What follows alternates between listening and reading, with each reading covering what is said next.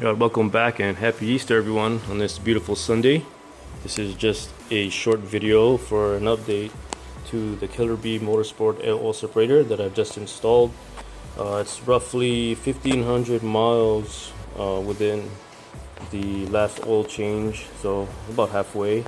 And I kind of wanted to see what went through the AOS based on what we'll find in the turbo inlet hose, the only intake hose that is routed back as far as after the air oil separation.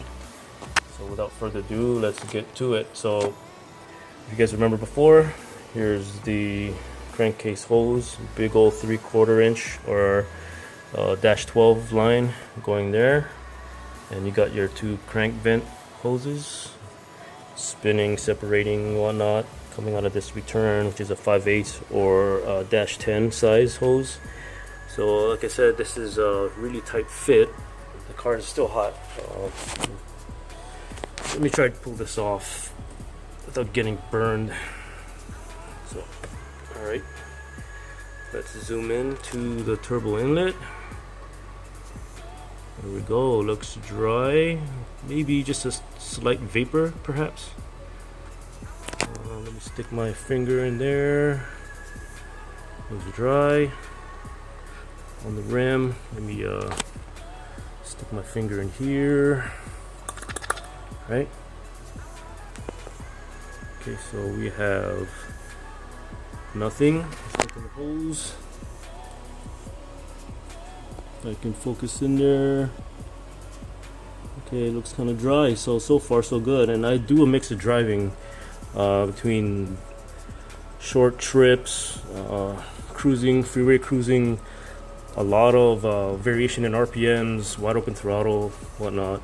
So this is just an early stage of what's to come, because I have new plans for the car. Besides what you see all on there's something else coming in.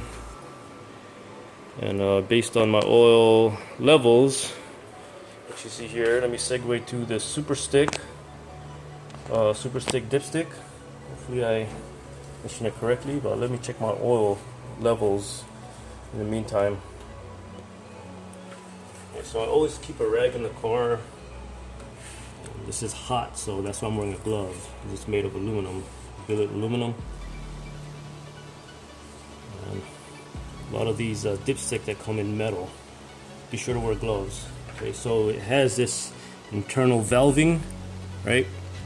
So what it does, if you can see, I don't know if you can see here, but anyway, when you, with a stock dipstick, this O-ring here will create a vacuum once you pull it up out of the dipstick tube, and it'll create, so by creating a vacuum, it'll suck the air out as well as some of the oil that's in your sump. So with this, it kind of relieves the vacuum somehow. I haven't seen how it looks inside, but I'm assuming that it won't create a vacuum. It'll expand to relieve some of that, and then you'll have accurate readings by the oil not being pulled with the air coming up. So let's try to do it.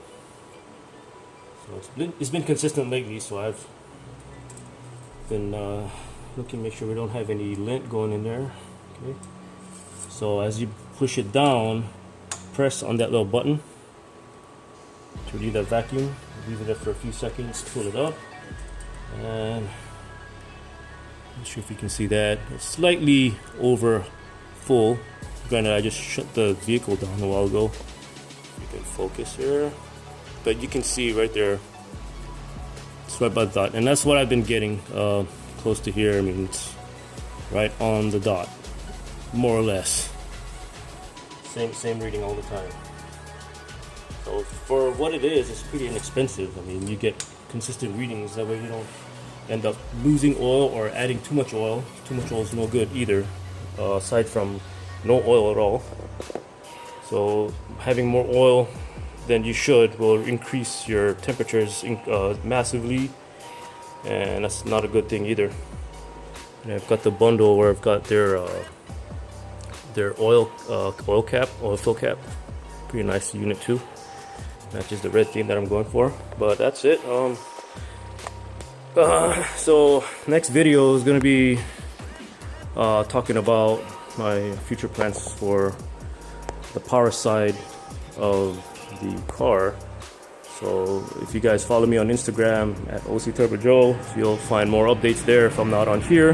And the motherfucking plane is making noise again. So I'm just gonna leave it at here. If you guys like what you see, like and subscribe. See you guys later.